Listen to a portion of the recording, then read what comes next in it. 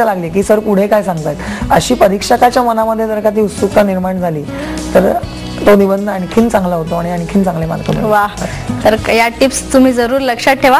पुढचा फोन आपण घेऊया. तर मुंबईहून स्वप्नील जोशी फोन करतोय. नमस्कार स्वप्नील, प्रश्न विचार. हा नमस्कार, मी जोशी बोलतोय मुंबईवरून. आता मला याचा प्रश्न असा विचारायचा होता की कवितेमध्ये व्याकरणाचं महत्व किती, आणि माझा एक स्नेही आहे, त्यांचा मुलगा नेहमी मराठी कार्यक्रम आणि मराठी टीव्हीवर बातम्या वगैरे बघतो. आताच 2 मिनिटापूर्वी तुमचा पूर्वीचा कार्यक्रम चालू होता, त्यामध्ये दाखवत होते अभिनेत्र्यांचं पाककला. तर मी तारमाजाला फोन केला आणि म्हटलं अभिनेत्रा यांचं तुमचा अभ्यास माझा 10वीचा संबंधात काही फोन आहे का, या संबंधी 10वीचा आपला मराठी हा विषय सुरू आहे, त्या संबंधी तुम्हाला काही प्रश्न विचारायचा आहे का? त्याबद्दलच प्रश्न आहे की मराठी कवितेमध्ये व्याकरणाचं महत्व किती, आणि सध्या जे काही त्यांचा फोन कट झालेला आहे. त्यांनी प्रश्न विचारला, त्याचा काय सांगाल उत्तर? व्याकरण हे जे आहे अभ्यासाच्या दृष्टीने करायचंच असतं, जरी परीक्षेमध्ये मार्कांसाठी नसलं तरी ते आपल्याला आलं पाहिजे, आणि त्या दृष्टीने भाषा अभ्यास म्हणून तो त्यांनी करत करत त्याचा पुढे मुळात कविता सुद्धा शिकताना त्या परीक्षेसाठी न शिकता आपल्या आयुष्यामध्ये जसं ऐल तैर आणि पैल तैर, जन्म आणि मृत्यू, ही जीवनाची नौका पुढे नेण्यासाठी एक आपल्याला त्या कुठेतरी जुन्या अनुभवांचा उपयोग होत असतो, काहीतरी चांगले उदाहरणं दाखले असतात आणि त्यांनी आपल्या आयुष्यामध्ये काहीतरी परिवर्तन होतं, आपण त्यातनं खूप मोटिवेट होत असतो. जसं आता इथे विंदानी सांगितलंय की हिरव्या पिवळ्या माळाकडून हिरवी पिवळी शाल घ्यावी, तर मग आता माळरान म्हणजे ओसाड जमीन, मग त्या ओसाड जमिनीवरती हिरवं पिवळं आलेलं गवत म्हणजे त्याचं सौंदर्य. माळरान हे त्याच्यासाठी जमिनीसाठी दुःख आहे, पण त्या हिरव्या पिवळ्या गवतानी त्याचं दुःख नाहीसं केलेलं आहे. तसं आपण आयुष्यामध्ये जे दुःखी कष्टी माणसं आहेत त्यांचं दुःख नाहीसं केलं पाहिजे, त्यांच्या आयुष्यात आनंद निर्माण केला पाहिजे. हे प्रत्यक्ष जीवन जगताना आपण वापरत असतो. तसा व्याकरणाचा व्यापार परीक्षेसाठी म्हणण्यापेक्षा प्रत्यक्ष आपल्या आयुष्यामध्ये कुठेतरी होत असतो, म्हणून तो करायचा आहे. पण 10वीला असे फक्त व्याकरणासाठी मार्क नाही आहेत, अलंकारासाठी आहेत. असं पुढे मागे तसं 1+1चं उत्तर आपण इन्स्टंट 2 देतो, पण त्याची क्रिया बेडजेची झाली असते तशी व्याकरणाची क्रिया होत असते, जरी ती प्रत्यक्ष दिसली नाही तरी. आणि स्वप्नील, तुमच्या दुसऱ्या प्रश्नाचं उत्तर आहे की चुका होत असतील त्या आम्ही सुधारण्याचा नक्कीच प्रयत्न करू. पुढचा फोन घ्या. तर नाशिकहून आपल्याला नरेंद्र फोन करतात. नमस्कार नरेंद्र, प्रश्न विचारा. हॅलो नरेंद्र, टीव्हीचा व्हॉल्यूम पूर्णपणे बंद करा आणि प्रश्न विचारा. हॅलो. हा बोला. मॅडम, ते व्याकरणाबद्दल माहिती हवी होती. काय? हॅलो. व्याकरण, मराठी व्याकरण सोपे कसे जाईल मॅडम?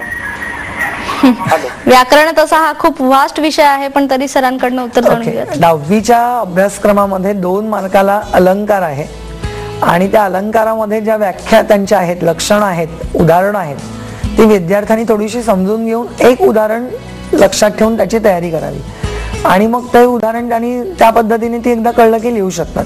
दुसरं 2 मार्काला आहे ते म्हणजे शब्दसिद्धी. त्याच्यामध्ये तत्सम, आता त्यांना उपसर्ग घटित, प्रत्यय घटित, अंशाभ्यस्त आणि पूर्णाभ्यस्त, तर ते त्यांनी नीट समजून घ्यावं की पूर्णाभ्यस्त म्हणजे काय, अंशाभ्यस्त म्हणजे काय. त्याचबरोबरीला त्यांनी ते झाल्यानंतर वाक्प्रचार आहेत, तर दिवसाला 5 वाक्प्रचार जरी विद्यार्थ्यांनी केले तर 12 दिवसामध्ये 60 वाक्प्रचार होतात, आणि 10वीच्या अभ्यासक्रमात 60 वाक्प्रचारांपेक्षा जास्त वाक्प्रचार नाही आहेत. त्याच्यानंतर केवल वाक्य, मिश्र वाक्य आणि संयुक्त वाक्य, आणि 2 मार्काला शुद्धलेखन आणि विरामचिन्ह, एवढं 10 मार्काचंच व्याकरण 10वीला आता आहे.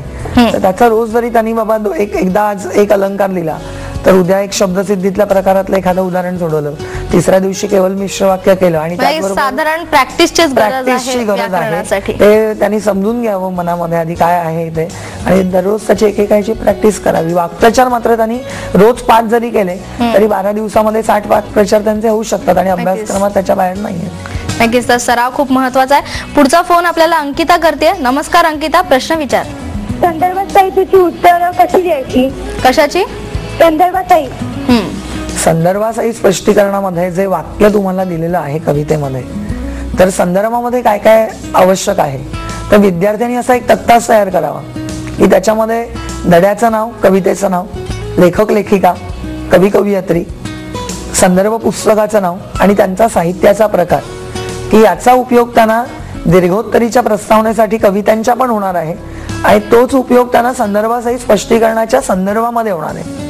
आणि संदर्भामध्ये ते लिहित असताना त्यांनी तिथे ते वाक्य कोण म्हणालं आणि कोणास म्हणालं एवढं लिहिलं की संदर्भाला 1 मार्क मिळाला. ते वाक्य का म्हटलं गेलं त्या वाक्याचं स्पष्टीकरण, कवितेचं स्पष्टीकरण नाही, फक्त त्या वाक्याचं स्पष्टीकरण म्हणजे स्पष्टीकरण, त्याला 2 मार्क आहेत. आणि वैशिष्ट्य की त्यातलं नेमकं त्यातलं तुम्हाला काय कळलं, काय तुम्ही आयुष्यामध्ये त्याच्यासाठी मूल्य कोणतं घेतलं हे लिहिणं म्हणजे वैशिष्ट्य, त्याला 1 मार्क आहे. मग बऱ्याच वेळेला विद्यार्थ्यांना शंका असते की आम्ही 2 वैशिष्ट्य लिहिली, 3 वैशिष्ट्य लिहिली तर चालेल का. शक्यतो वैशिष्ट्य तात्पर्य हे कमी शब्दामध्ये तुम्हाला जास्त कळलेलं मांडणं हे तात्पर्य. त्यामुळे वैशिष्ट्य एका वाक्यात जर का लिहिलं आणि ते योग्य असेल तर 1 मार्क पूर्ण मिळतो. जरी याला 1 मार्क 2 मार्क 1 मार्क विभागले असले तरी देताना त्याचे एकत्र मार्क दिले जातात. बरोबर.